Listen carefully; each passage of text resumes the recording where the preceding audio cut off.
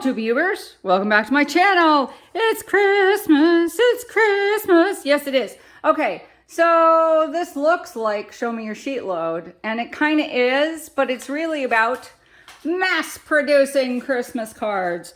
What I have here is 36 Christmas cards, okay?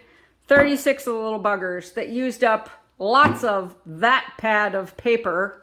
Yeah, you all remember that pad of paper. You know, this one, okay? Now, on Crafty Alicia calls her group of people a collaboration team, which I think is a great name for them, by the way. And one of them, whose name I will put down below and whose video I will do, found this wonderful idea, okay? Now get this one. What she got was, this is a 3 by 3, these are 3 by 3 square, okay?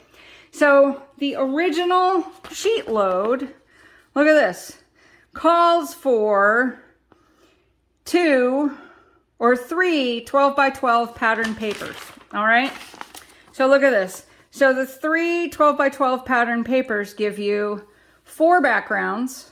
Okay, let me do this. It does you 4 backgrounds. It makes 12 cards, all right? But she says you can mass produce these. And she's absolutely right, because look at this. It's 3 by 3 squares down at the bottom, all right? So you can take as many 12 by 12 sheets of paper as you want, right? Please pardon my nails. I have parrots, and I haven't been to the salon yet. Just look at the nice thumbnail over there, okay? And the interesting thing is, these are 3 by 3 squares. So I took all kinds of this paper, that paper. You remember that paper? That paper that I am absolutely going to use up this year. By the way, never buy a sheet of paper or never buy a box of paper that says 180 sheets. Just don't do it by Recollections, because it's very thin paper. You always have to back it with something. And there's just too much of it. Just too much of it. Too much, I tell you. My sister thought it would be a really great thing, but here we are 5 years later, and I'm like, I'm so bored with this paper. But I'm down to probably like, I don't know, 50 sheets of it now. So we're getting there. So what I did was, I think I took 3 sheets of this paper, of that paper, and cut it up into 3 by 3 squares. And then I took red and green paper, and I just sat and I glued them, okay? And then I took the odds and ends from every Christmas pack I had.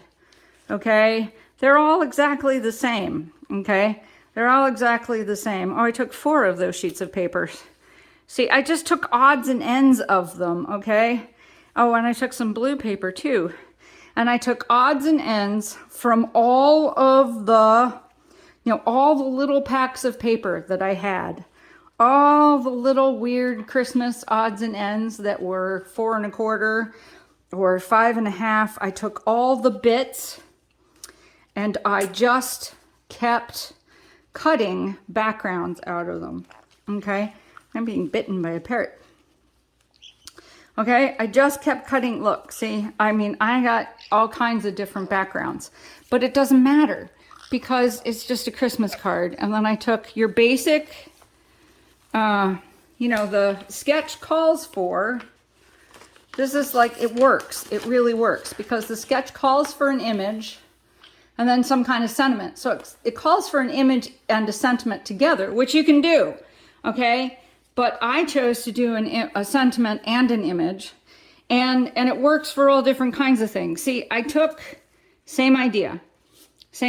By the way, this is a pretty pink posh sentiment. It's from their holiday script set. Isn't that nice? I just put a little sparkle on there. I'm going to put more sparkle on these trees because I don't like them. But on Santa, I put lots of sparkles. See his beard? You can't see the sparkle. His beard sparkles when you look at it. This sparkles. boy, I really can't catch that light, can I? And then this is from, I think close to my heart. Like literally, I think it's like 2008 or something like that. So I just kept, there's only 2 designs, okay? And like literally I sat in bed next to my husband and I colored, and I colored, and I colored, and I colored, and I colored. And you know, if you get bored, you can just, you know, do other things. I chose images that had die cuts. Actually, no, they didn't have die cuts. Neither one of these had die cuts. So that after I colored, I could just, you know, cut them out. So it's an easy process. Okay. Oh, there we go. Okay. Now that Parrot has gone to roost somewhere else, and this is a lot more solid, let me finish what I was saying. So I just colored and colored and colored, and then I sat in bed.